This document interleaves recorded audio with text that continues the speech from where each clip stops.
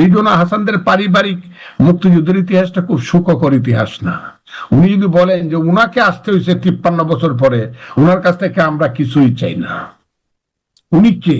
উনি ঠিক করে দিব আমাদের কে উনি, who is she, what contribution she has got for the nation. এবং মুক্তিযুদ্ধের সময় ওনাদের পরিবারের ইতিহাসটা খুব মধুর না।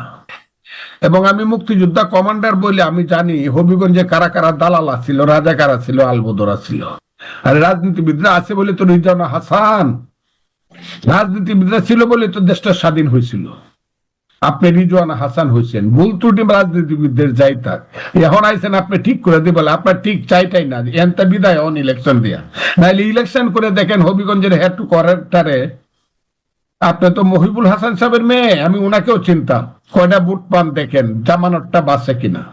যে আপনি ঠিক করবেন কি, আগে ভোটটা করে আসেন, হবিগঞ্জের মানুষকে জিজ্ঞাসা করেন যে আমি রিজওয়ানা হাসান, মহিবুল হাসান সাহেব আমার বাবা ছিলেন, অমুক ছিলেন, তমুক ছিলেন, আমরা সম্ভ্রান্ত পরিবারের ছেলে মেয়ে, ইলেকশন করে দেখেন তো কত পার্সেন্ট ভোট পান।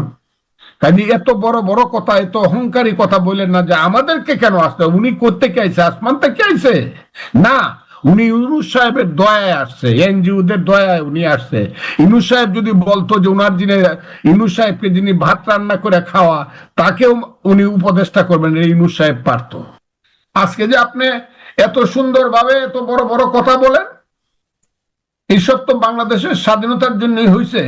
আর বাংলাদেশের স্বাধীনতাটা তো এই দেশের রাজনীতিবিদরাই করছিল, আপনার বাপে তো করে নাই, আপনার বাপ তো বিরুদ্ধে ছিল।